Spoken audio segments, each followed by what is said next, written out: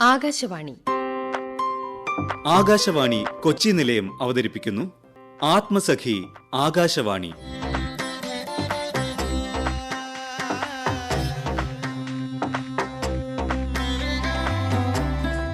പ്രക്ഷേപണത്തിന്റെ 90 സുവർണ വർഷങ്ങൾ പ്രത്യേക പരിപാടി.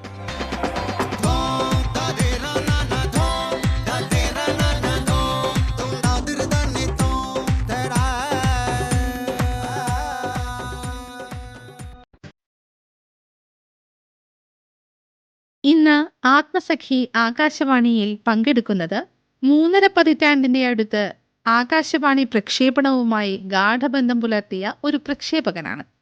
തിരുവനന്തപുരം ആകാശവാണി നിലയത്തിൽ ട്രാൻസ്മിഷൻ എക്സിക്യൂട്ടീവായി പ്രക്ഷേപണ രംഗത്തെ ഔദ്യോഗിക ജീവിതം തുടങ്ങിയ ഇദ്ദേഹം തിരുവനന്തപുരം, തൃശൂർ ആകാശവാണി നിലയങ്ങളിൽ പ്രവർത്തിച്ചിട്ടുണ്ട്. പ്രോഗ്രാം വിഭാഗം അസിസ്റ്റന്റ് ഡയറക്ടറായി വിരമിച്ച എസ് നാരായണൻ നമ്പൂതിരിയുടെ പ്രക്ഷേപണ അനുഭവങ്ങൾക്കായി ഇന്ന് നമുക്ക് കാതോർക്കാം. ശ്രീ എസ് നാരായണൻ നമ്പൂതിരിയുമായി സംസാരിക്കുന്നത് MV ശശികുമാർ.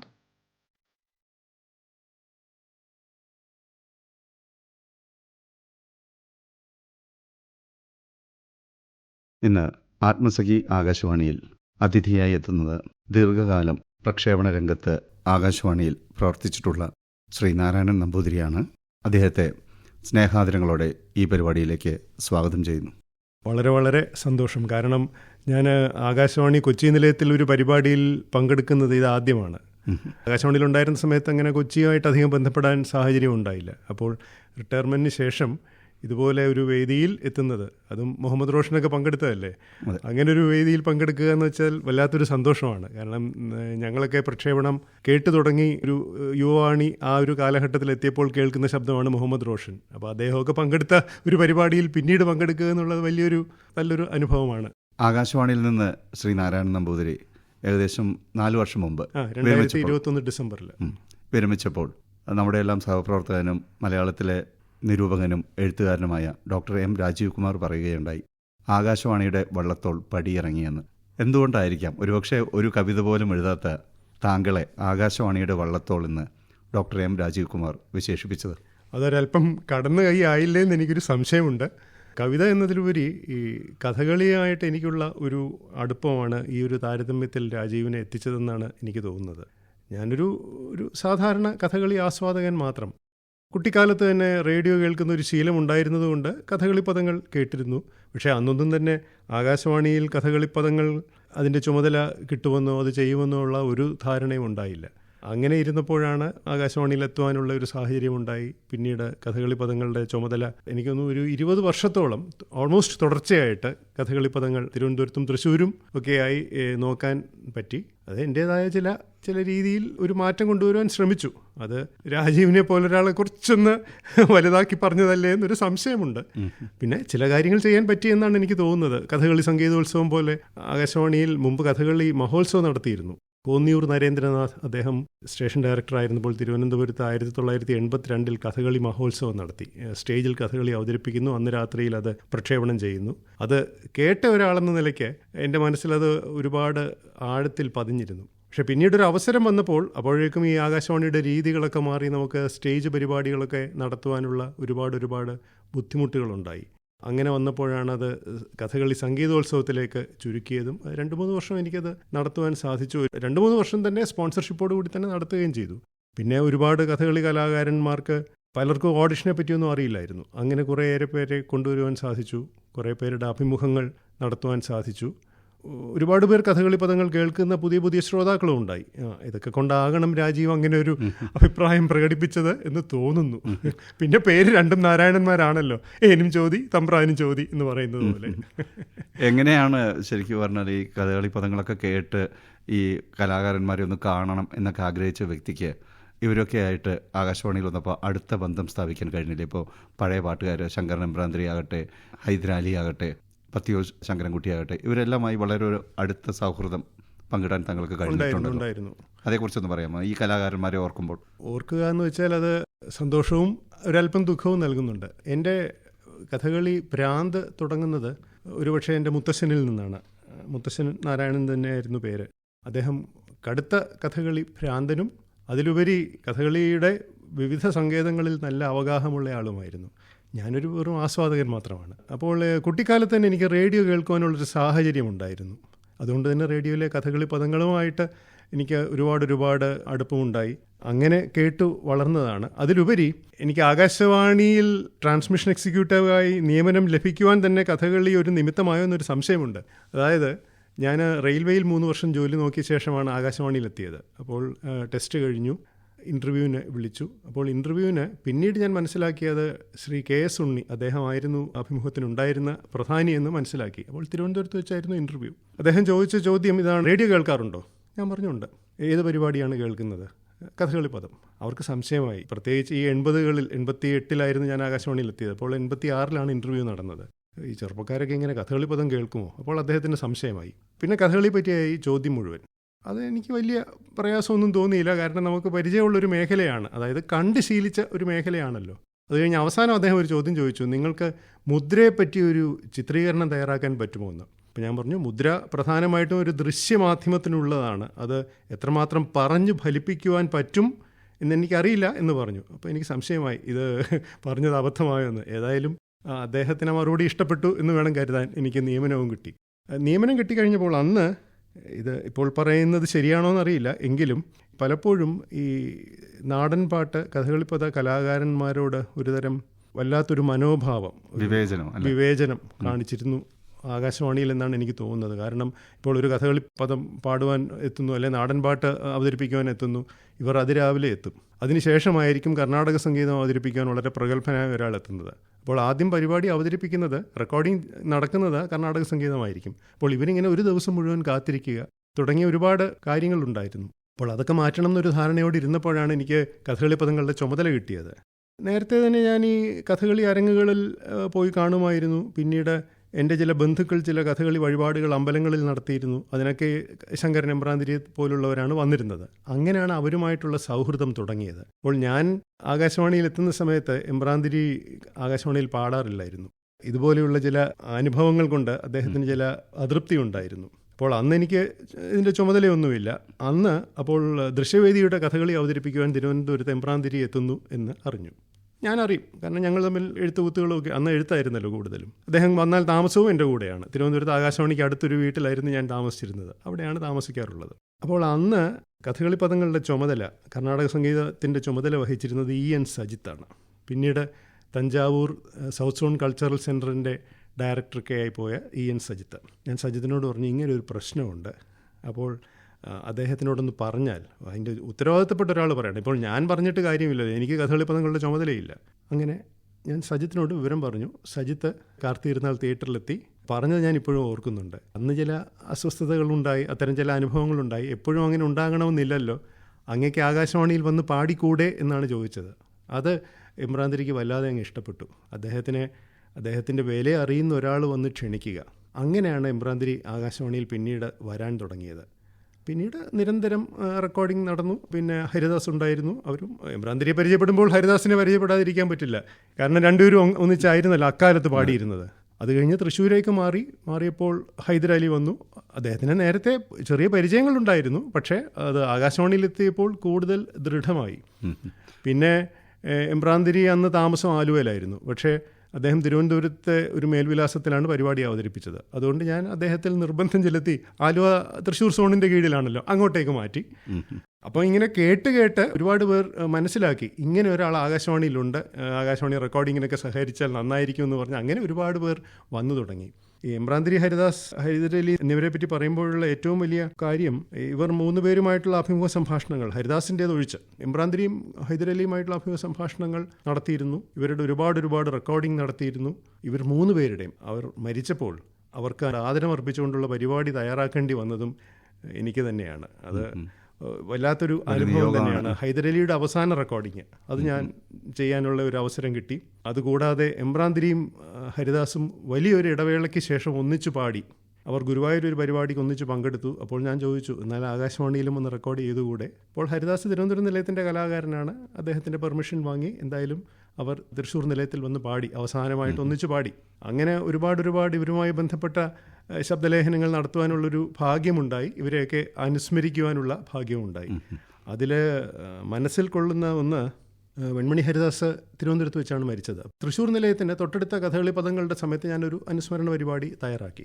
രാത്രി 10 മുതൽ 11 വരെയാണ്. കഥകളി സംഗീതത്തിലെ ഹരിതലാവണ്യം എന്നാണ് അതിൻ്റെ പേര്. അദ്ദേഹം പാടിയ പദങ്ങളുമൊക്കെ ചേർത്തുള്ള ഒരു അനുസ്മരണം. ഒരു 11:05 എനിക്കൊരു കോള് വരുന്നു. ഞാൻ ശരത്താണ്. പിന്നീട് അങ്ങോട്ടൊന്നും പറയാൻ പറ്റുന്നില്ല. കരച്ചിലാണ് ഞാൻ കേൾക്കുന്നത്. ഹരിദാസിൻ്റെ മകൻ. എനിക്ക് എന്ത് പറയണം എന്നറിയില്ല. അവർ ഈ പരിപാടി കേട്ടതിൻ്റെ സന്തോഷമാണ്. പക്ഷേ ശരത്ത് അത് കഴിഞ്ഞ് ഫോൺ കൊടുത്തത് ഹരിദാസിൻ്റെ അമ്മയ്ക്കാണ്. മകൻ മരിച്ച ഒരു അമ്മ ഈ പരിപാടി കേട്ട് വളരെ സന്തോഷമായി നീ ഒരു വിതുമ്പലോടുകൂടി പറയുന്നത് ഇപ്പോഴും മനസ്സിലുണ്ടത്. അത് ഒരുപക്ഷെ ഒരു പ്രക്ഷേപകൻ എന്ന നിലയ്ക്ക് എനിക്ക് കിട്ടാവുന്ന ഏറ്റവും വലിയ അംഗീകാരമാണ് ആ അമ്മയുടെയും ആ ദുഃഖം അനുഭവിക്കുന്ന ഹരിദാസിൻ്റെ സഹധർമ്മിണിയുടെയും മകൻ്റെയും ഈ ഫോൺ കോളുകൾ. പക്ഷേ ഇതിനൊക്കെ അപ്പുറം നമുക്ക് മറ്റൊന്നും സങ്കല്പിക്കാനോ ഒന്നും പറ്റില്ല. അത്രയ്ക്ക് വലിയൊരു അന്ന് സന്തോഷം തോന്നിയെന്ന് പറയാൻ പറ്റില്ല. എങ്കിലും നമ്മൾ ചെയ്ത പ്രവൃത്തി ഇതുപോലൊരാൾ അംഗീകരിച്ചു, ഇതുപോലൊരു അവസരത്തിൽ അവരെ അംഗീകരിച്ചു എന്നുള്ളത് വല്ലാത്തൊരു തൃപ്തി നൽകി. ഒരു പ്രക്ഷേപകൻ എന്ന നിലയ്ക്ക് വലിയ തൃപ്തി തോന്നിയ ഒരു സന്ദർഭമായിരുന്നു അത്. എന്നാൽ ഇനി അത്തരത്തിൽ തൃപ്തി തോന്നിയ ഒരു സന്ദർഭം കൂടി പറയാം. കലാമണ്ഡലം ഗോപിയെ ഒരു ഓണപ്പരിപാടിക്ക് തൃശ്ശൂർ നിലയത്തിൽ നിന്ന് എനിക്ക് അഭിമുഖം ചെയ്യാനൊരു അവസരം കിട്ടി. അപ്പോൾ അദ്ദേഹത്തെ വിളിച്ച് ഞാൻ അഭിമുഖത്തിന് ഇരിക്കുമ്പോൾ അദ്ദേഹത്തോട് ചോദിച്ചു ആകാശവാണിയുമായിട്ടുള്ള ബന്ധം എങ്ങനെയാണെന്ന്. ഉടനെ അദ്ദേഹം പറഞ്ഞു, എനിക്ക് ആകാശവാണിയുമായല്ല ബന്ധം, നാരായണ നമ്പൂതിരിയുമായാണ് ബന്ധം എന്ന് പറയുകയുണ്ടായി. അപ്പോൾ ഇത്രയും വലിയ കലാകാരന്മാരുമായി വളരെ ആത്മബന്ധം പുലർത്താൻ താങ്കൾക്ക് ആകാശവാണി ജീവിതത്തിൽ കഴിഞ്ഞിട്ടുണ്ട്. അത് വേറൊരു ഒന്നും കൂടെ ഞാൻ കൂട്ടിച്ചേർക്കാം. അപ്പോൾ അന്ന് ഞാൻ ഈ പറഞ്ഞ പോലെ കത്തുകളാണല്ലോ. തിരുവനന്തപുരത്ത് ദൃശ്യവേദിയുടെ കഥകളിക്ക്, അല്ലെങ്കിൽ തിരുവനന്തപുരത്ത് സമീപ പ്രദേശങ്ങളിൽ ഏത് കഥകളി കലാകാരൻ വന്നാലും ഞാൻ അറിയും. അപ്പോൾ വളരെ പ്രഗത്ഭരായവരുടെ അഭിമുഖങ്ങളും എടുത്തു വെക്കാറുണ്ട്. അങ്ങനെ ഞാൻ ഓരോരുത്തർക്കും കത്തയക്കും. ഇവരുടെയൊക്കെ കത്തുകൾ ഇപ്പോഴും എൻ്റെ കയ്യിലുണ്ട്. പ്രത്യേകിച്ച് ശ്രീ കലാമണ്ഡലം ഗോപി, അദ്ദേഹത്തിൻ്റെയൊക്കെ കത്തുകൾ, കോട്ടയ്ക്കൽ ശിവരാമൻ, ഇവരൊക്കെ അയച്ച കത്തുകൾ, ഇവരുടെ കയ്യക്ഷരം ഇപ്പോഴും ഞാൻ ഒരു നിധി പോലെ സൂക്ഷിച്ചു വെക്കുന്നുണ്ട്. കഥകളി പദമായി താല്പര്യമുണ്ടെന്ന് പറയുമ്പോൾ തീർച്ചയായും ചലച്ചിത്ര ഗാനങ്ങളുമായിട്ടും താങ്കൾക്ക് ഒരു താല്പര്യമുണ്ടായിരിക്കുമല്ലോ. ഇന്ന് നമുക്ക് കേൾക്കേണ്ട ആദ്യത്തെ ഗാനം ഏതാണ്? അതൊരു ആകാശവാണി അനുഭവം വെച്ചിട്ട് പറയാം. ഞാൻ സൂചിപ്പിച്ചുവല്ലോ, എനിക്ക് ആകാശവാണി കേട്ട് വളരുവാനുള്ള ഒരു സാഹചര്യമുണ്ടായി. ഞാൻ തിരുവനന്തപുരത്ത് താമസിച്ചിരുന്നത്, അതായത് എൻ്റെ ജനനം മുതൽ ഒരു 14 വയസ്സ് വരെ താമസിച്ചിരുന്നത് തിരുവനന്തപുരത്ത് ഒരു തമിഴ് ബ്രാഹ്മണരുടെ ഭൂരിപക്ഷമുള്ള ഒരു കോളനിയിലാണ്. അറിയാമല്ലോ, തമിഴ് ബ്രാഹ്മണരെന്ന് പറഞ്ഞു കഴിഞ്ഞാൽ അവർക്ക് ഇംഗ്ലീഷ് വാർത്തയും ഹിന്ദു ദിനപത്രവും, ഇത് രണ്ടുമാണ് അവർക്ക് ഏറ്റവും പ്രധാനം. അപ്പോൾ ഞാൻ താമസിച്ചിരുന്ന വീടിൻ്റെ ഉടമസ്ഥനും അങ്ങനെ തന്നെയായിരുന്നു. അദ്ദേഹം യൂണിവേഴ്സിറ്റി കോളേജിലെ ഒരു ഫിസിക്സ് അധ്യാപകനായി വിരമിച്ച ആളായിരുന്നു, പ്രൊഫസർ രാമസ്വാമി അയ്യർ. അദ്ദേഹത്തിന് എന്നും വാർത്ത കേൾക്കണം. അദ്ദേഹത്തിൻ്റെ മകളൊരു സ്കൂൾ ഹെഡ് മിസ്ട്രസ്. അവർ മറ്റ് പരിപാടികൾ, പ്രത്യേകിച്ച് മഹിളാലയം പോലുള്ള പരിപാടികൾ, അങ്ങനെ ഈ കുട്ടിക്കാലം മുതൽ തന്നെ എനിക്ക് മഹിളാലയം ചേച്ചിയുടെയൊക്കെ ശബ്ദം വളരെ വളരെ ഫെമിലിയറാണ്. അതിൽ ഓർമ്മയിൽ നിൽക്കുന്നത് ഈ ശനി ഞായറുകളാണ്. അന്നത്തെ ശനി ഞായർ എന്ന് പറഞ്ഞാൽ ഇന്നത്തെ പോലെ നമുക്ക് ഈ കുട്ടികൾക്ക് ഹോംവർക്കും അങ്ങനെയൊന്നും അധികമൊന്നും ഭാരമില്ലാത്തൊരു ശനി ഞായറാണ്. തകർക്കുക എന്നതിൽ കവിഞ്ഞ് മറ്റൊരു ലക്ഷ്യവുമില്ല. പക്ഷേ എന്നാലും ശനിയാഴ്ച ഉച്ചയ്ക്ക് 2:10 റേഡിയോ കേൾക്കണം, സർക്കസ്. അതായത് എനിക്ക് ആ ഒരു ഓർമ്മ വെച്ചൊരു 7-8 വയസ്സുള്ള ആ ഒരു കാലഘട്ടമാണ് മാലിയുടെ സർക്കസ്. ഇത്രയും മനസ്സിനെ ആകർഷിച്ച, നമുക്ക് ചിന്തിക്കുവാനും സ്വപ്നം കാണുവാനും പ്രേരിപ്പിച്ച മറ്റൊരു പരിപാടി ഉണ്ടോ അക്കാലത്ത് എന്നെനിക്ക് സംശയം തോന്നുന്നുണ്ട്. അതിൽ പിന്നെ എനിക്ക് എപ്പോഴും മനസ്സിലുള്ള ചെവിയിൽ മുഴങ്ങുന്ന ശബ്ദം ദേവകിയമ്മ ചേച്ചിയുടെയാണ്, അതിലെ മുത്തശ്ശി. അത് കഴിഞ്ഞ് അവരെ നേരിട്ട് കാണുക, അവരുടെ ഒപ്പം എന്ന് പറയാൻ പറ്റില്ല, കാരണം നമ്മളൊക്കെ ആകാശവാണിയിൽ എത്തുമ്പോഴേക്കും ചേച്ചി റിട്ടയർ ചെയ്തിരുന്നു. പക്ഷേ എങ്കിലും ഇടയ്ക്കിടയ്ക്ക് വരും. ഒരു പിൻതലമുറക്കാരൻ എന്ന നിലയ്ക്ക് അവരുടെയൊക്കെ വാത്സല്യം അനുഭവിക്കാനും പറ്റിയിട്ടുണ്ട്. അപ്പോൾ അങ്ങനെ ദേവകിയമ്മ ചേച്ചി, രാമൻകുട്ടി നായരുടെ കൊച്ചിമ്പൻ, ചിമ്പനോ കൊച്ചിമ്പനോ ആണ്, അങ്ങനെ ഒരുപാട് കഥാപാത്രങ്ങൾ. അങ്ങനെ ശനിയാഴ്ച ആ സ്വപ്നങ്ങളാണ്, മനസ്സ് മുഴുവൻ സർക്കസിൻ്റെ വർണ്ണങ്ങളാണ്. ഞായറാഴ്ച ഉച്ചവരെയും പിന്നീട് തകർക്കലാണ്. ഉച്ചയ്ക്ക് 1 മണിക്കാണ് രഞ്ജിനി. അപ്പോഴേക്കും ഈ ഉച്ചയ്ക്ക് 1 മണിക്കാവുമ്പോൾ ഈ രഞ്ജിനിയൊക്കെ കേട്ട് തുടങ്ങുമ്പോൾ തന്നെ പിറ്റേന്ന് സ്കൂളിൽ പോകണമല്ലോ എന്നുള്ളൊരു ചിന്തയാണ്. അപ്പോൾ സ്ഥിരമായിട്ട് കേൾക്കുന്ന 2-3 പാട്ടുകളുണ്ട്. എനിക്ക് ആ പാട്ട് കേട്ടാൽ അപ്പോൾ സങ്കടം വരും. അത് കാരണം ആ പാട്ടുകാരിയോട് വലിയ വലിയ ദേഷ്യമായിരുന്നു. മറ്റാരുമല്ല, പീലിയില. സിന്ധു ഭൈരവി രാഗരസം, തമസാ നദിയുടെ തീരത്ത്, ഇതൊക്കെ അന്ന് സ്ഥിരം എല്ലാ ഞായറാഴ്ചയും പ്രക്ഷേപണം ചെയ്തിരുന്ന ഗാനങ്ങളാണ്. അങ്ങനെ പീലിയിലയോടൊരു വലിയ വെറുപ്പ് തോന്നി. അതിങ്ങനെ മനസ്സിൽ സൂക്ഷിച്ചു, മുതിർന്നപ്പോഴും ആകാശവാണിയിലെത്തിയപ്പോഴും. അതൊരു കടുത്ത ആരാധനയാക്കിയത് നമ്മുടെ ഒരു സഹപ്രവർത്തകയാണ്. മലയാളം പാട്ടുകൾ ഒരുപാട് ഇഷ്ടപ്പെട്ടിരുന്ന ചന്ദ്രിക, അകാലത്തിൽ മരിച്ച ചന്ദ്രിക. അപ്പോൾ ചന്ദ്രിക ചോദിച്ചു, ഇന്ന പാട്ട് കേട്ടിട്ടുണ്ടോ? എന്തുകൊണ്ട് എൻ്റെ ശ്രദ്ധയിൽ ആ പാട്ട് അന്നുവരെ വന്നിരുന്നില്ല. വല്ലാത്തൊരു അനുഭവമായിരുന്നു ആ പാട്ട്. ഗായിക പീലിയില, സംഗീതം ദക്ഷിണാമൂർത്തിയാണ്. അഭയദേവ് രചിച്ച ദേവാലയം എന്ന ചിത്രത്തിലെ നീലവിരിയിട്ട എന്ന് തുടങ്ങുന്ന ഒരു പാട്ടുണ്ട്. എന്താ പറയുക, അതിൽ ഒരു കാത്തിരിപ്പിൻ്റെ, വിരഹത്തിൻ്റെ ഒരു ദുഃഖം, പ്രതീക്ഷയുടെ ഒരു ചെറിയൊരു കിരണം, ഇതെല്ലാം ചേരുന്ന ഒരു ഗാനമാണ്.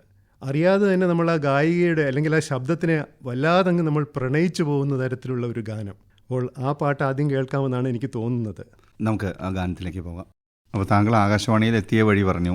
അന്ന് അവിടെ താങ്കളുടെ ഒപ്പം വളരെ പ്രഗത്ഭരായ സഹപ്രവർത്തകർ ഉണ്ടായി കാണുമല്ലോ. അവരെയൊക്കെ ഒന്ന് ഓർത്തെടുക്കാമോ? പ്രഗത്ഭരേ ഉള്ളൂ. നമ്മൾ പരിപാടിയിൽ കൂടി നമുക്ക് സുപരിചിതരായ, ഇന്നും വളരെ ഊർജ്ജസ്വലനായി കഴിയുന്ന രണ്ടുപേരുണ്ട്. KS റാണാപ്രതാപൻ, A Prabhakaran. ഇവർ രണ്ടുപേരുടെയും പേരാണ് കൂടുതൽ അറിയാമായിരുന്നത്. പിന്നെ അറിഞ്ഞിരുന്നത് സതീഷ് ചന്ദ്രനാണ്.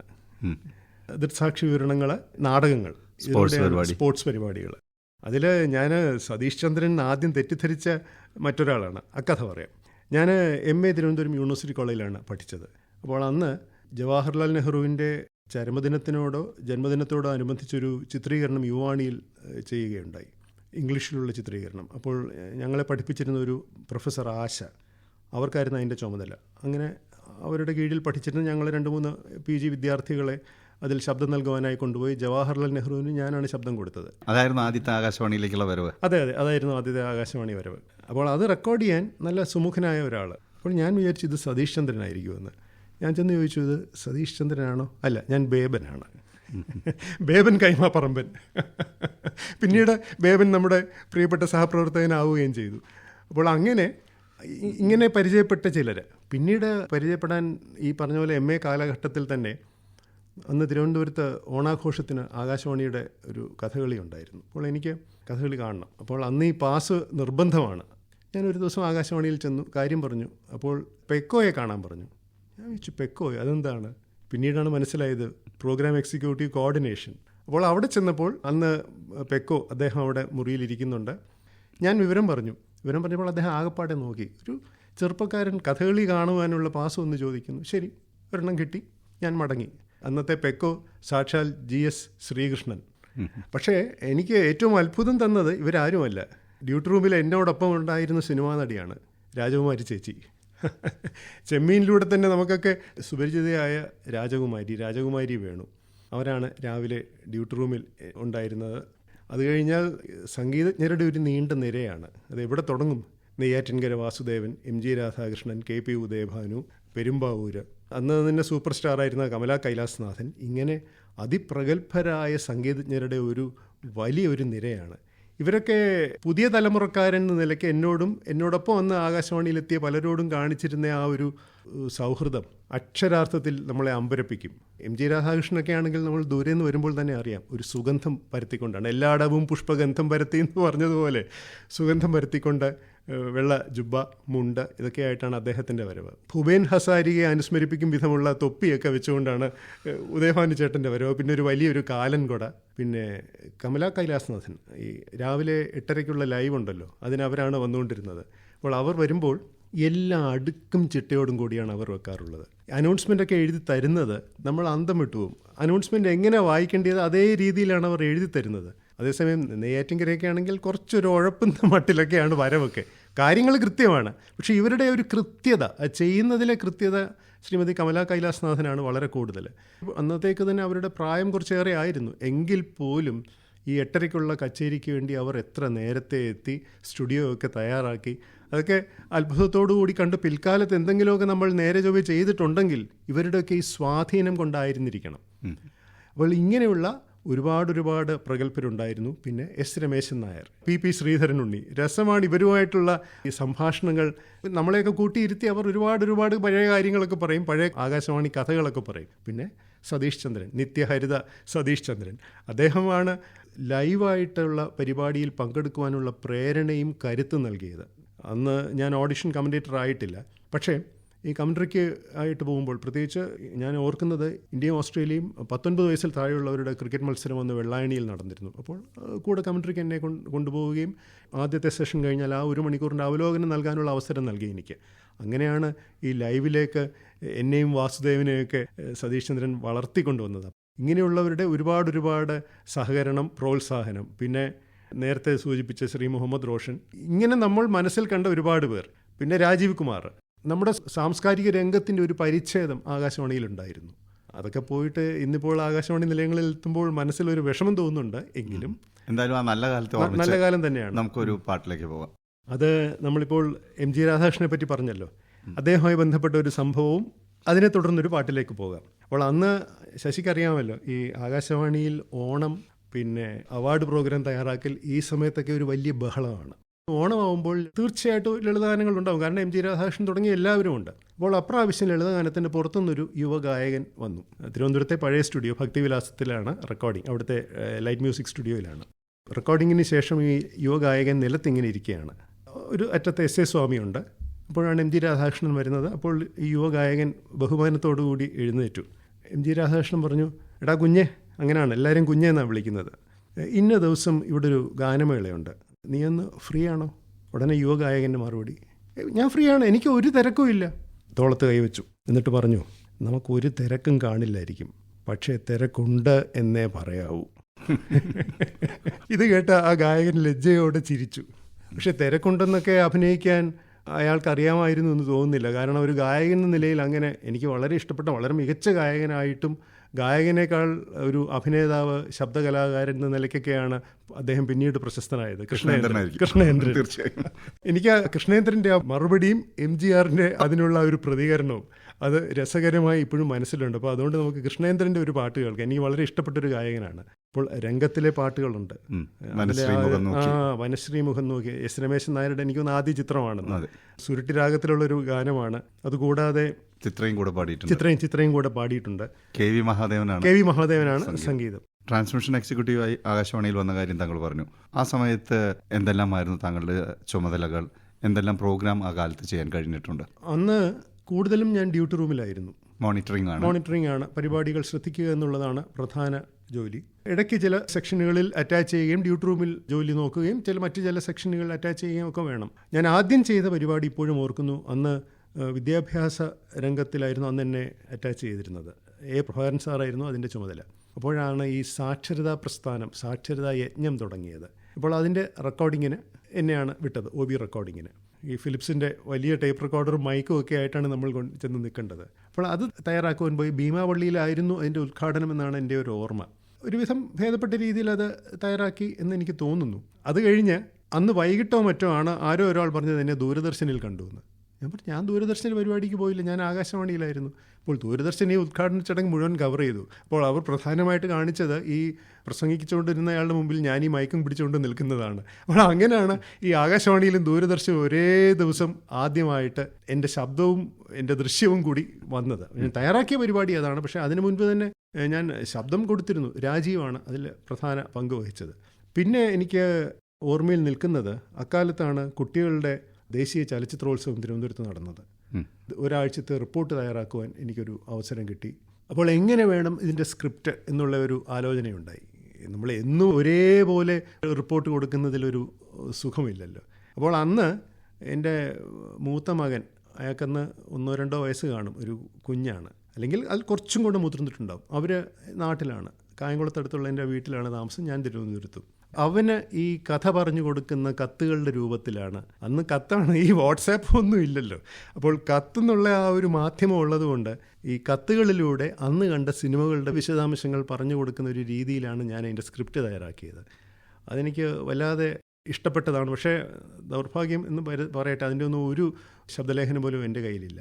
പിന്നീട് എനിക്ക് ഈ സ്വന്തമായിട്ട് എഴുതാൻ കഴിയും എന്നുള്ള അത് മനസ്സിലാക്കിയിട്ട് എനിക്കൊരു അവസരം നൽകിയത് ശ്രീ സതീഷ് ചന്ദ്രനാണ്.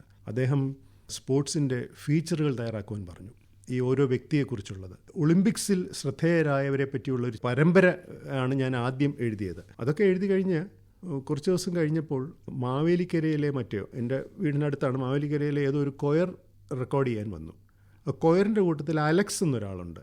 ഈ അലക്സ് എന്നെ കാണാനായിട്ട് വന്നു, ഈ പരിപാടി തയ്യാറാക്കിയ നാരായണ നമ്പൂതിരി ഒന്ന് പരിചയപ്പെടാൻ.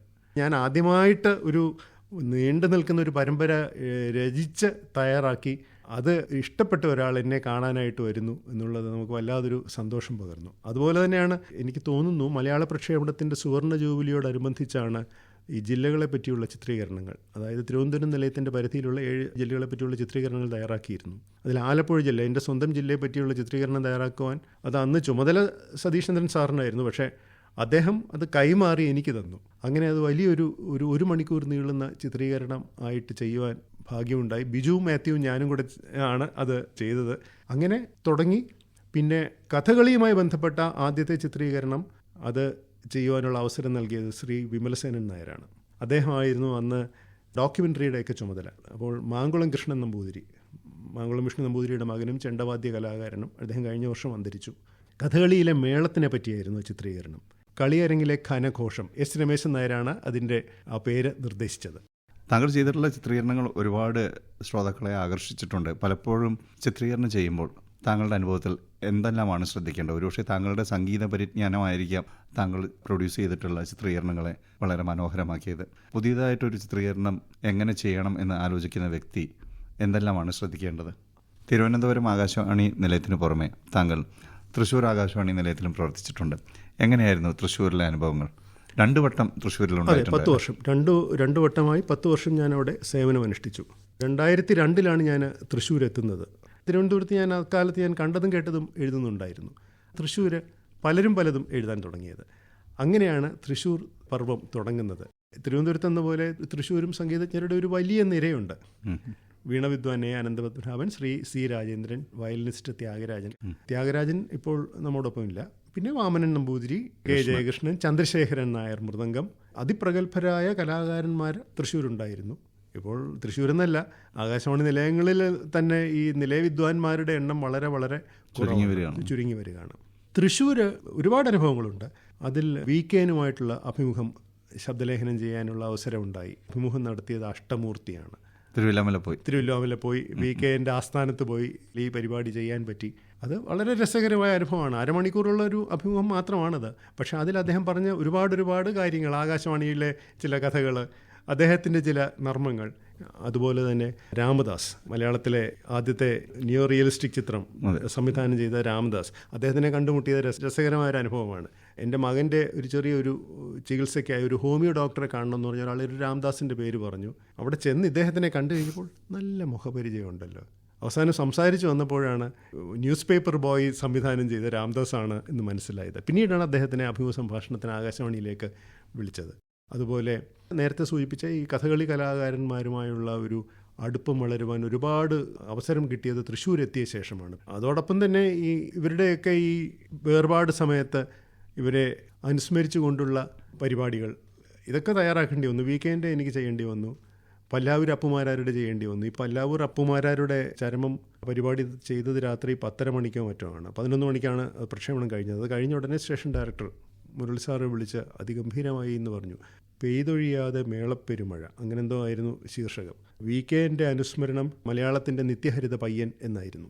ഇതൊക്കെ തന്നെ പരിപാടി പ്രക്ഷേപണം ചെയ്ത് കഴിഞ്ഞ് ഉടൻ തന്നെ മുരളി സാറിൻ്റെ വിളി വരും. നന്നായിട്ടുണ്ട് എങ്കിൽ യാതൊരു സംശയവുമില്ല, അദ്ദേഹം അത് വിളിച്ച് പറഞ്ഞിരിക്കും, അതിന് തർക്കമൊന്നുമില്ല. അതാണ് തൃശ്ശൂർ പർവ്വത്തിലെ ഒരു ഓർമ്മ. മറ്റൊരു രസകരമായ അനുഭവമുള്ളത് പലതുമാണ്. എനിക്കത് മറക്കാൻ പറ്റില്ല. കാരണം നമ്മൾ ഗാനരചയിതാവെന്ന നിലയ്ക്ക് മാത്രം കണ്ടിരുന്ന, എനിക്ക് അറിയാമായിരുന്ന MD രാജേന്ദ്രൻ്റെ മറ്റൊരു മുഖം അന്ന് കാണാനിടയായി. അതുല്യനായ ശബ്ദകലാകാരൻ, അതോടൊപ്പം മുരളി സാറും. ഒരു നല്ലൊരു ടീം വർക്കാണ്, നല്ല രസകരമായ അനുഭവങ്ങളാണ്. ഒന്നാമത് പ്രധാനം, നമ്മൾ എഴുതുന്നത് അത് പൂർണ്ണമായി ഉൾക്കൊണ്ട് വേണം ഡയലോഗ് അവതരിപ്പിക്കുവാൻ. അങ്ങനെ പറ്റുന്ന അപൂർവം കലാകാരന്മാരേ ഉള്ളൂ. ഒന്ന് G ശ്രീറാം തിരുവനന്തപുരത്ത്, പിന്നൊന്ന് രാജേശ്വരി മോഹൻ. ഞാൻ എഴുതിയിരുന്നപ്പോൾ കലികാലത്തിൽ അവർ ഒരുപാട് തവണ ശബ്ദം കൊടുത്തിരുന്നു. അപ്പോൾ ഞാൻ എഴുതുമ്പോൾ എൻ്റെ മനസ്സിലൊരു ഈണമുണ്ടാവും, ഒരു താളമുണ്ടാവും. ഞാനൊരു നല്ല ശബ്ദകലാകാരനല്ല, ഒരു നല്ല നാടക ആർട്ടിസ്റ്റല്ല. പക്ഷേ എൻ്റെ മനസ്സിൽ അത് വരും, അത് പുറത്തേക്ക് വരില്ല. എഴുതി കൊടുക്കുന്നത് ഞാൻ ഉദ്ദേശിക്കുന്ന തരത്തിൽ വായിക്കുവാൻ കഴിവുള്ള ഇവരെ പോലുള്ളവരാണ് എൻ്റെ എഴുത്തിന് ഒരുപാട് സഹായം ചെയ്തത്. നമ്മളിപ്പോൾ MDR-നെ പറ്റി ഇത്രയും പറഞ്ഞതുകൊണ്ട് നമുക്ക് MDR-ൻ്റെ ഒരു പാട്ട് കേൾക്കാം. തീർച്ചയായും MDR-ൻ്റെ ഒരുപാട് നല്ല പാട്ടുണ്ട്. എങ്കിലും പാർവതിയിലെ ഗാനമാകുമ്പോൾ നമുക്ക് ജയചന്ദ്രനും കൂടെ നമുക്കൊന്ന് ഓർക്കാം. പാർവതിയിലെ കുറുനിരയോ, വല്ലാത്തൊരു അനുഭവമാണ് ആ പാട്ട്. ജോൺസൺ ഈണം പകർന്ന് വാണി ജയറാമും P ജയചന്ദ്രനും പാടിയ കുറുനിരയോ. നമുക്ക് MDR-നെയും ജോൺസനെയും എല്ലാവരെയും ഓർത്തുകൊണ്ട് നമുക്ക് ഈ ഗാനം കേൾക്കാം. കുറച്ച് മുമ്പേ അഭിമുഖത്തിൻ്റെ കാര്യം പറഞ്ഞപ്പോഴാണ് തുടർച്ചയായ അഭിമുഖം തിരുവിതാംകൂർ രാജകുടുംബത്തിലെ ഇളയരാജാവുമായി ഉത്രാടം തിരുനാൾ മാർത്താണ്ഡവർമ്മയുമായി താങ്കൾക്ക് നടത്താൻ കഴിഞ്ഞിട്ടുണ്ടല്ലോ. അങ്ങനെ ഒരു പരമ്പര താങ്കൾ ചെയ്തതായിട്ട് ഓർക്കുന്നു ഞാൻ. 1997 സ്വാതന്ത്ര്യലബ്ധിയുടെ 50-ാം വാർഷികം. അന്ന് ഞാൻ ട്രാൻസ്മിഷൻ എക്സിക്യൂട്ടീവാണ്. ഞാനത് പ്രത്യേകം എടുത്തു പറയാൻ കാരണം അന്നാണ് തിരുവനന്തപുരം നിലയം പുതിയ സ്റ്റുഡിയോ ബ്ലോക്കിൽ പ്രവർത്തനം തുടങ്ങിയത്. 1997 ഓഗസ്റ്റ് 14 ആയിരുന്നു പുതിയ സ്റ്റുഡിയോയിലേക്ക് മാറിയത്. അന്ന് നൈറ്റ് ഡ്യൂട്ടി എനിക്കായിരുന്നു. അപ്പോൾ അന്ന് പാർലമെൻറ്റിൻ്റെ പ്രത്യേക സമ്മേളനം ഉണ്ടായിരുന്നതും ഒക്കെ ഞാൻ ഓർക്കുന്നുണ്ട്. അത് കഴിഞ്ഞ് കുറച്ച് ദിവസങ്ങൾക്കുള്ളിൽ ശ്രീ ജി ജയലാൽ അവിടെ സ്റ്റേഷൻ ഡയറക്ടറായി ചുമതലയേറ്റു. അപ്പോൾ അദ്ദേഹത്തിൻ്റെ ഒരു ആശയമാണ് 2 അഭിമുഖങ്ങൾ, ഒന്ന് കുടിലും ഒന്ന് കൊട്ടാരവും. എനിക്ക് തോന്നുന്നു ഓർമ്മകളുടെ രാജവീഥി എന്നാണ് ആ പരിപാടിയുടെ പേരെന്നാണ് എനിക്ക് തോന്നുന്നത്. അപ്പോൾ ഒന്ന് ഇതാണ്, തിരുവിതാംകൂർ രാജകുടുംബാംഗമായ ഉത്രാടം തിരുനാൾ മാർത്താണ്ഡവർമ്മയുടെ അഭിമുഖങ്ങൾ. അത് 13 ഭാഗമുള്ളൊരു പരമ്പരയാണ്. നമ്മളെ അമ്പരപ്പിച്ചുകൊണ്ടാണ് അദ്ദേഹം ഇതിൽ പങ്കെടുത്തത്. അമ്പരിപ്പിക്കുക എന്ന് വെച്ചാൽ കയ്യിൽ ഒരു കടലാസ് കഷ്ണം പോലുമില്ല. അതൊന്നുമില്ലാതെയാണ് ഈ ചരിത്രവും പുരാണവും ചിലപ്പോഴൊക്കെ നാടോടി കഥകളും എല്ലാം ഇടകലർന്നുള്ള സ്മരണ പുതുക്കലായിരുന്നു അത് എഡിറ്റ് ചെയ്യാൻ ഞാൻ ഒരുപാട് പ്രയാസപ്പെട്ടു. കാരണം അദ്ദേഹം വെറുതെ ഇങ്ങനെ ഓർമ്മകൾ പങ്കുവയ്ക്കുന്ന ശൈലിയിൽ വേണമെന്നുള്ള ഒരു ആലോചന ആയപ്പോഴേക്കും അഭിമുഖത്തിനുള്ള ഒരു സ്കോപ്പ് അതിൽ വരുന്നില്ല. കാരണം ഇദ്ദേഹം ഇങ്ങനെ പറഞ്ഞുകൊണ്ടിരിക്കുകയാണ്. അപ്പോൾ അതിനിടയ്ക്ക് ചില ആഖ്യാനങ്ങളും സൂചനകളും ചേർക്കാം എന്നതിൽ കവിഞ്ഞ് നമ്മൾ മറ്റൊന്നും ചെയ്യേണ്ടതില്ല. ചിലപ്പോൾ ആദ്യം പറഞ്ഞതും അവസാനിക്കുന്നതും 2 കാലഘട്ടമായിരിക്കും. അപ്പോൾ അതിനെപ്പറ്റിയൊക്കെ നമ്മൾ നറേഷൻ ചേർക്കണം അതിൽ. അങ്ങനെ ചെയ്ത ഒന്നായിരുന്നു ഓർമ്മകളുടെ രാജവീഥി. അത് 13 ഭാഗമായിട്ടാണ് പ്രക്ഷേപണം ചെയ്തത്. അത് തിരുവനന്തപുരത്ത് അതിൻ്റെ ശബ്ദലേഖനമൊക്കെ ഇപ്പോഴും ഉണ്ടാകണം എന്നാണ് തോന്നുന്നത്. ഒരു ശീർഷക ഗാനം പോലെ ഉണ്ടായിരുന്നു. അത് തിരുവിതാംകൂർ രാജകുടുംബത്തിൻ്റെ അവരുടെ ആപ്തവാക്യമാണ്. ധർമ്മോസ്മത് കുലദൈവതം അങ്ങനെ കണ്ടാണ്. കാവാലം ശ്രീകുമാറാണ് ഈണം നൽകി ചെറിയ രീതിയിൽ അതിനൊരു ചെറിയൊരു പശ്ചാത്തല സംഗീതവും കൊടുത്ത് ആലപിക്കുകയാണ് ഉണ്ടായത്. 13 ഭാഗമേ ഉണ്ടായിരുന്നുള്ളൂ എങ്കിലും ഒരു 10-20 തവണയെങ്കിലും ഞാൻ അതിനുവേണ്ടി പട്ടം കൊട്ടാരത്തിലും കവടിയാർ കൊട്ടാരത്തിലും ഒരു 1.5-2 മണിക്കൂറോളം ഒരു സിറ്റിംഗ് നീളും. അദ്ദേഹം ഒരു ആമുഖം പോലെ പറയും, ഇന്നതൊക്കെയാണ് ഞാൻ പറയാൻ പോകുന്നതെന്ന് പറയും. പക്ഷേ റെക്കോർഡിംഗ് തുടങ്ങുമ്പോൾ പറയുന്നത് മറ്റു പലതുമാവും. അങ്ങനെ നമുക്കിതുമായിട്ട് ചേർത്ത് ബന്ധപ്പെടുത്തി ഒരു കണ്ണിയാക്കി പ്രക്ഷേപണം ചെയ്യുക എന്നുള്ളൊരു വെല്ലുവിളിയായിരുന്നു. അത് വലിയ കുഴപ്പങ്ങളില്ലാതെ അത് ചെയ്യാൻ പറ്റി എന്നാണ് എനിക്ക് തോന്നുന്നത്. അതോടൊപ്പം നേരത്തെ ഞാൻ പറഞ്ഞല്ലോ, കുടിലും കൊട്ടാരവും വേണം. 80 വയസ്സ് കഴിഞ്ഞവരുടെ അഭിമുഖങ്ങൾ ഇതോടൊപ്പം തന്നെയാണ്. 80 വയസ്സ് കഴിഞ്ഞവരായിരിക്കണം, വ്യക്തത വേണം, ഓർമ്മ ശക്തി ഉണ്ടാകണം. അപ്പോൾ എങ്ങനെ അതിനുവേണ്ടി നമ്മൾ തപ്പി എന്ന് തന്നെ പറയാം. കാഷ്വൽ പാനലിലുള്ളവർ അവരുടെ രീതിയിൽ അന്വേഷണം നടത്തി അങ്ങനെ വലിയൊരു പട്ടിക തയ്യാറാക്കി അതിൽ നിന്നാണ് അഭിമുഖങ്ങൾ ശബ്ദലേഖനം ചെയ്തത്. ചിലതൊക്കെ വളരെ രസകരമായിരുന്നു, ചിലത് നമുക്കറിയാത്ത ഒരുപാട് പുതിയ വിവരങ്ങൾ കിട്ടി. അതിൽ ഒരാൾ ഗാന്ധിജിയെ തൊട്ട ഒരു അനുഭവം പറയുന്നുണ്ട്. അത് പറയുമ്പോഴും അദ്ദേഹത്തിൻ്റെ കണ്ണുകൾ നിറഞ്ഞ് തുളുമ്പുന്നത് ഞാനിങ്ങനെ ഓർക്കുന്നുണ്ട്. പിന്നെ മറ്റൊരു അമ്മ, അത് പക്ഷേ അവരുടെ പിൽക്കാലം പിന്നീട് വല്ലാതെ നോവിപ്പിക്കും നമ്മളെ. അവർ അന്ന് പറഞ്ഞത്, നമ്മൾ ഖുദ എന്ന് പറഞ്ഞാലും ദൈവം എന്ന് പറഞ്ഞാലും ഒന്ന് തന്നെയല്ലേ, തണ്ണി എന്ന് പറഞ്ഞാലും വെള്ളം എന്ന് പറഞ്ഞാലും പാനി എന്ന് പറയുന്നതും എല്ലാം ഒന്ന് തന്നെയല്ലേ. ആ തരത്തിൽ കുറച്ച് ഫിലോസോഫിക്കലായിട്ടാണ് ആ അമ്മ സംസാരിച്ചത്. പക്ഷേ പിന്നീട് അവരുടെ ജീവിതത്തിൽ ഒരുപാട് ദുരനുഭവങ്ങളുണ്ടായി. 85 വയസ്സിലാണിത്. ഒരു ആത്മഹത്യ ചെയ്യുകയുണ്ടായി. അത് ഞാൻ പിന്നീടാണ് മനസ്സിലാക്കിയത്. അപ്പോൾ അങ്ങനെ ഒരുപാട് അനുഭവങ്ങൾ അവിടെ ഉണ്ടായി. അതിലൊന്ന് നൂർനാട് കുഷ്ഠരോഗ ആശുപത്രിയിലേതാണ്. എൻ്റെ ഓർമ്മ ശരിയാണെങ്കിൽ അവരുടെ പേര് ലക്ഷ്മി അമ്മാൾ എന്നാണ്. അന്നവർക്ക് 92 വയസ്സുണ്ട്. പഴയ കാര്യങ്ങൾ പലതും ഓർമ്മയില്ല. അവർക്ക് കുഷ്ഠരോഗം ബാധിച്ചിരുന്നു. കുഷ്ഠരോഗം ബാധിക്കുമ്പോഴത്തേക്കും തന്നെ അവരുടെ ഭർത്താവ് മരിച്ചു. തീരെ ചെറുപ്രായത്തിൽ ഭർത്താവ് മരിച്ചു. സഹോദരൻ്റെ മകൻ അവിടെ കൊണ്ടുവിട്ടു. അസുഖം ഭേദമായി. ആശുപത്രിയിൽ നിന്ന് അവർക്ക് കത്തെഴുതി, അസുഖം ഭേദമായി ഇവരെ കൊണ്ടുപോകണം. ആരും വന്നില്ല, ആരും തിരിഞ്ഞു നോക്കിയില്ല. അപ്പോൾ അവർ പറഞ്ഞത് ഇതാണ്, സഹോദരനുണ്ടോ എന്നറിയില്ല, മകനുണ്ടോ അതും എനിക്കറിയില്ല, തിരിച്ചു പോകണമെങ്കിൽ എനിക്ക് സ്ഥലം അറിയില്ല, വീട് എവിടെയെന്നറിയില്ല, വഴി എവിടെയെന്നറിയില്ല. വല്ലാതെ നമ്മളെ നോവിപ്പിച്ചതാണ് ഇവരുടെ വാക്കുകൾ. അന്ന് നൂർനാട് കുഷ്ഠരോഗ ആശുപത്രി പഴയ കെട്ടിടം തന്നെയാണ്. വയലാർ എഴുതിയതുപോലെ കറുത്ത ചക്രവാള മതിലുകൾക്കുള്ളിൽ കാരാഗൃഹമാണ് ഭൂമി. ശരിക്കും അശ്വമേധത്തിൽ ഇവരുടെയൊക്കെ മനസ്സ് തൊട്ടറിഞ്ഞാണ് വയലാർ അത് എഴുതിയതെന്ന് അവിടെ ചെന്നപ്പോൾ നമുക്ക് ബോധ്യമായി. ഇവർക്ക് എന്താണുള്ളത് ജീവിതത്തിൽ? നേരം ഉദിക്കുന്നു, കുറേ പകല്, പിന്നീട് അസ്തമിക്കുന്നു. ശൂന്യമായ ഭാവി നോക്കിയാണ് ഇവർ കഴിയുന്നത്. ഇന്നിപ്പോൾ ആ ചിത്രമൊക്കെ മാറി. ഇൻഡോ ടിബറ്റൻ ബോർഡർ ഫോഴ്സിൻ്റെ ഒരു യൂണിറ്റ് അവിടെ തുടങ്ങിയിട്ടുണ്ട്. അതോടുകൂടി ആ കുഷ്ഠരോഗ ആശുപത്രിയുടെ ഒരു ഭാഗം മുഴുവൻ ആധുനിക രീതിയിൽ പണി കഴിപ്പിച്ച് മാറ്റമൊക്കെ ഉണ്ടായിട്ടുണ്ട്. ഇപ്പോൾ പഴയ ആശുപത്രി കെട്ടിടം തന്നെ ഉണ്ട് എന്ന് തോന്നുന്നില്ല. പക്ഷേ വയലാർ എഴുതിയ ആ വരികൾ നമ്മുടെ മനസ്സിനെ വല്ലാതെ സ്പർശിക്കും. അതുകൊണ്ട് തന്നെ ആ ഒരു ഗാനം കേൾക്കാതെ പോകുന്നത് എങ്ങനെ എന്നുള്ളതാണ് ദേവരാജൻ്റെ ഈണം പകർന്ന പി സുശീല പാടിയ ഗാനം ചിത്രം അശ്വമേധം. താങ്കളുടെ ആകാശവാണി ഓർമ്മകൾ ഒരു പുസ്തകമാക്കിയിട്ടുണ്ടല്ലോ, അതേക്കുറിച്ച് പറയാം. അത് പുസ്തകമാക്കുവാനുള്ള ഒരു ചിന്തയൊന്നും എനിക്കില്ലായിരുന്നു. അപ്പോഴാണ് നമ്മുടെ ഒരു സഹപ്രവർത്തകൻ കാഞ്ചിയോട് ജയൻ്റെ ഒരു മാസിക ഉണ്ടായിരുന്നല്ലോ കാഞ്ചീരവോ, ഇപ്പോഴത് ഇല്ല, ഇപ്പോൾ നിന്നുപോയി. അതിലേക്ക് ചില ആകാശവാണി അനുഭവക്കുറിപ്പുകൾ എഴുതിക്കൂടെ എന്ന് ചോദിച്ചു. ഞാൻ പറഞ്ഞു എഴുതാം. അങ്ങനെ ഒരു തവണത്തേക്ക് എഴുതിയതാണ് അരങ്ങ് കാണാത്ത അണിയറ ചിത്രങ്ങൾ. അതായിരുന്നു പുസ്തകത്തിൻ്റെ പേര്. അത് തന്നെയാണ് പുസ്തകത്തിൻ്റെ പേരും. അപ്പോൾ അത് ഞാൻ എഴുതിയതല്ലേ, എത്രയായാലും ആദ്യമായിട്ട് ആകാശവാണി എന്ന മാധ്യമത്തിന് വേണ്ടി ഞാൻ ഒരുപാട് എഴുതിയിട്ടുണ്ട്. പക്ഷേ ഒരു പുസ്തകം എഴുതുവാനുള്ള ത്രാണിയൊക്കെ എനിക്കുണ്ടോ എന്ന് എനിക്കൊരു സംശയം തോന്നി. അതുകൊണ്ട് ഞാനത് രാജീവിനൊന്ന് അയച്ചു കൊടുത്തു, ഗ്രഹപ്പിഴയ്ക്ക്. രാജീവ് എന്ന് വെച്ചാൽ Rajeev Kumar, doctor M Rajeev Kumar.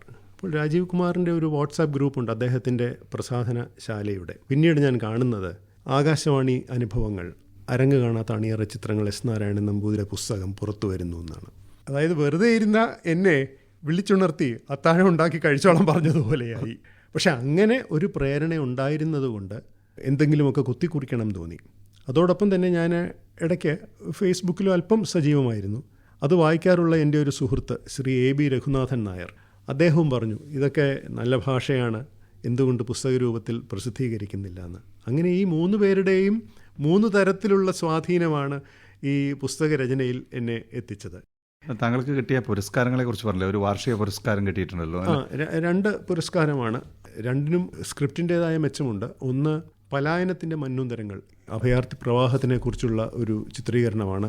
Transmission എക്സിക്യൂട്ടീവായി യുവാണി വിഭാഗത്തിൽ ഞാൻ ജോലി നോക്കിയിരുന്നപ്പോൾ ഒരുപാട് നല്ല രചനകൾ കിട്ടി. ചിത്രീകരണം, നേരത്തെ ശശി ചിത്രീകരണങ്ങളുടെ കാര്യം പറഞ്ഞല്ലോ, അതിലൊന്ന് ചലച്ചിത്ര സംവിധായകനൊക്കെ ആയ സൂരജിൻ്റെ ഒരുപാട് സ്ക്രിപ്റ്റുകൾ എനിക്ക് ചെയ്യുവാനുള്ളൊരു അവസരം കിട്ടി. അങ്ങനെ ചെയ്ത ഒരു സ്ക്രിപ്റ്റായിരുന്നു പലായനത്തിൻ്റെ മന്നൂന്തരങ്ങൾ. അഭയാർത്ഥി പ്രവാഹവും ഒക്കെ അന്ന് അതിനുവേണ്ടി തന്നെ നമുക്ക് സംഗീതം ഒരുക്കുവാൻ സാധിച്ചു. ശ്രീ കുടമാളൂർ ജനാർദ്ദനായിരുന്നു എൻ്റെ പുല്ലാങ്കുഴൽ വായിച്ചതും അതിൻ്റെ സംഗീത ശകലങ്ങൾ അതിനുവേണ്ടി തയ്യാറാക്കി തന്നതും. സ്പെഷ്യൽ ടോപ്പിക് ഡോക്യുമെൻ്ററി ദേശീയ അവാർഡ് കിട്ടിയത് അനുപമ വാസിൻ്റെ ഹർഡിലുകൾ. അക്കൊല്ലം സ്പോർട്സ് ആയിരുന്നു സ്പെഷ്യൽ ടോപ്പിക്. അങ്ങനെയാണ് തൃശ്ശൂരുള്ള എൻ്റെ സുഹൃത്ത് ജയരാജനാണ് അതിൻ്റെ സ്ക്രിപ്റ്റ് എഴുതിയത്. ഒരു വനിതാ കായിക താരത്തിൻ്റെ ജീവിതത്തിലെ ദുരനുഭവങ്ങൾ, എന്തൊക്കെ പ്രതിസന്ധികൾ തരണം ചെയ്താലാണ് ഒരു കായിക താരത്തിന് എത്താൻ കഴിയുക എന്നുള്ളത് അന്ന് വലിയ ചർച്ചകളായ ചില വിഷയങ്ങൾ കൂടി അത് ചേർത്തിരുന്നു. അതിനാണ് സ്പെഷ്യൽ ടോപ്പിക് ഡോക്യുമെൻ്ററിക്കുള്ള പുരസ്കാരം കിട്ടിയത്. ഇതുവരെ താങ്കളുടെ കുടുംബത്തെക്കുറിച്ചൊന്നും പറഞ്ഞില്ല, കുടുംബത്തെക്കുറിച്ച് കൂടി ഒന്ന്. എൻ്റെ ഭാര്യ സുമാദേവി. 1988 ഏപ്രിൽ 25 ഞാൻ ആകാശവാണിയിലെത്തിയത്. 1988 സെപ്റ്റംബറിലാണ് സുമ എൻ്റെ ജീവിതത്തിലെത്തിയത്. സെപ്റ്റംബർ 13. 2 ആൺമക്കൾ. മൂത്തയാൾ കോളേജ് അധ്യാപകനാണ്, അയാൾക്കൊരു മകളുണ്ട്, അപ്പോൾ പേരക്കുട്ടിയുണ്ട്. രണ്ടാമത്തെ ആൾ ഫിസിക്സിൽ PhD നേടിയ ശേഷം അയാൾ വിദേശത്ത് ഗവേഷണ മേഖലയിലാണ് പ്രവർത്തിക്കുന്നത്. ഞാനും പത്നിയും ഇപ്പോൾ തിരുവനന്തപുരത്ത് അരുവിക്കരയിൽ കഴിയുന്നു.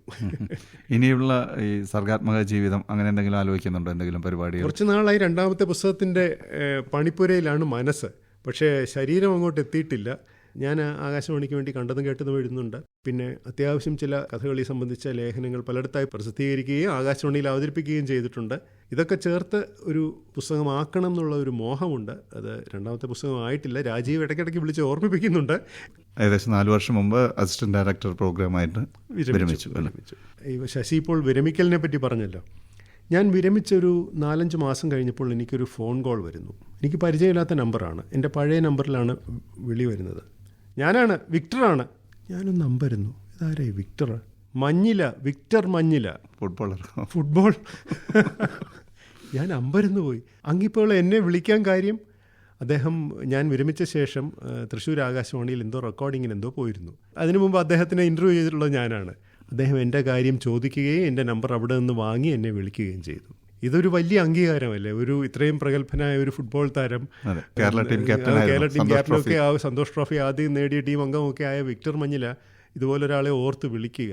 അപ്പോൾ അങ്ങനെ പറഞ്ഞപ്പോഴാണ് വിക്ടർ മഞ്ഞിലയുമായിട്ട് ബന്ധപ്പെട്ട ഒരു പഴയ സംഭവം അദ്ദേഹം അന്ന് അഭിമുഖത്തിൽ പറഞ്ഞത് എൻ്റെ ഓർമ്മയിൽ വരുന്നത്. 1972 കേരളത്തിൻ്റെ ആദ്യത്തെ സന്തോഷ് ട്രോഫി വിജയം. എറണാകുളത്ത് നടന്ന ഫൈനൽസിൽ റെയിൽവേയെ തോപ്പിച്ചു. മണിയായിരുന്നു ക്യാപ്റ്റൻ. അപ്പോൾ അതിൽ ആദ്യത്തെ 1-2 മത്സരങ്ങളിൽ മാത്രമേ വിക്ടർ മഞ്ഞില കളിച്ചുള്ളൂ. അത് കഴിഞ്ഞ് അദ്ദേഹം പരിക്കേറ്റ് സ്ട്രെച്ചറിലാണ് അദ്ദേഹത്തെ സ്റ്റേഡിയത്തിൽ നിന്ന് പുറത്തേക്ക് കൊണ്ടുപോയത്. അപ്പോൾ ആ വർഷമാണ് അരനാഴിക നേരം റിലീസ് ചെയ്തത്. വിക്ടർ മഞ്ഞിലെ സ്റ്റേഡിയത്തിന് പുറത്തേക്ക് സ്ട്രെച്ചറിൽ കൊണ്ടുപോകുമ്പോൾ കാണികൾ പാടി സമയമാം രഥത്തിൽ ഞാൻ സ്വർഗയാത്ര ചെയ്യുന്നു.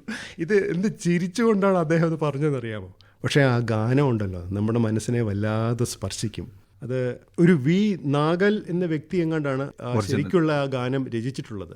അത് ഈ ചിത്രത്തിന് വേണ്ടി വയലാർ മാറ്റുകയാണ് ചെയ്തത്. പക്ഷേ അതിലെ വരികളുണ്ടല്ലോ, നമ്മുടെ മനസ്സിനെ ഇത്രമേൽ സ്പർശിക്കുന്ന വരികൾ വേറെ ഉണ്ടോ എന്ന് സംശയമാണ്. രാത്രിയിൽ ഞാൻ ദൈവത്തിൻ്റെ കൈകളിൽ ഉറങ്ങുന്നു, അപ്പോഴും രഥത്തിൻ്റെ ചക്രം മുന്നോട്ട് ഓടുന്നു. ഇതൊക്കെ കേൾക്കുമ്പോൾ നമ്മുടെ മനസ്സ് എവിടേക്കോ, മനസ്സ് മാത്രമല്ല ശരീരവും എവിടേക്കോ പോകുന്നൊരു തോന്നലാണ് ഉണ്ടാകുന്നത്. വിക്ടർ മഞ്ഞിലയെ ഓർക്കുമ്പോൾ ഈ ഗാനമാണ് മനസ്സിൽ ഓടിയെത്തുന്നത്. കൊച്ചി FM-ന്റെ ആത്മസഖി ആകാശവാണി എന്ന ഈ പരിപാടിയിൽ വന്ന് വളരെ മധുരകരമായ ആകാശവാണി ഓർമ്മകൾ പങ്കുവച്ചതിന് താങ്കളോട് ഒരിക്കൽ കൂടി നന്ദി പറയുന്നു. എനിക്ക് ഒരുപാട് സന്തോഷമുണ്ട്. കൊച്ചി FM-ൽ ആദ്യമായി എത്തുകയാണ് ഞാൻ. തൃശ്ശൂരുള്ള എൻ്റെ സുഹൃത്തായ ചാർലിയൊക്കെ തന്നെ കൊച്ചി ഒരുപാട് കേൾക്കാറുണ്ട്. കഥാകൃത്ത് അഷ്ടമൂർത്തി, കൃത്യമായ ചില കേൾവികളുണ്ട് അദ്ദേഹത്തിന്. അത് കേട്ട് കഴിഞ്ഞാൽ അദ്ദേഹം മറ്റെന്തും ചെയ്യുകയുള്ളൂ. അങ്ങനെ കൊച്ചി ഒരുപാട് പേരിൽ എത്തുന്ന ഒരു നിലയമാണ്. അവിടെ ഒരു പരിപാടിയിൽ ഇങ്ങനെ ആദ്യമായി പങ്കെടുക്കുവാൻ സാധിച്ചതിൽ ഒരുപാട് സന്തോഷമുണ്ട്. എൻ്റെ ആകാശവാണി കാലത്തേക്ക് മനസ്സുകൊണ്ട് തിരിച്ചു പോകുവാൻ സാധിച്ചതിൽ അതിലേറെ സന്തോഷമുണ്ട്. എല്ലാവർക്കും നന്ദി, നമസ്കാരം. ആത്മസഖി ആകാശവാണിയിൽ ആകാശവാണിയുമായുള്ള തന്റെ ആത്മബന്ധം വിശദമാക്കിയത് ഇന്നും പ്രക്ഷേപണത്തെ ഹൃദയത്തോട് ചേർത്ത് വയ്ക്കുന്ന ശ്രീ എസ് നാരായണൻ നമ്പൂതിരിയായിരുന്നു. റേഡിയോ എന്ന വിസ്മയത്തിന്റെ അനന്ത സാധ്യതകൾ പങ്കുവച്ച ഈ പ്രക്ഷേപണ അനുഭവങ്ങൾ പുതുതലമുറയിലെ പ്രക്ഷേപകർക്കും ശ്രോതാക്കൾക്കും ഒരുപോലെ പ്രചോദനമാകുമെന്ന വിശ്വാസത്തോടെ തൽക്കാലം വിട പറയുന്നു. ആത്മസഖി ആകാശവാണി പ്രക്ഷേപണത്തിന്റെ 90 സുവർണ വർഷങ്ങൾ.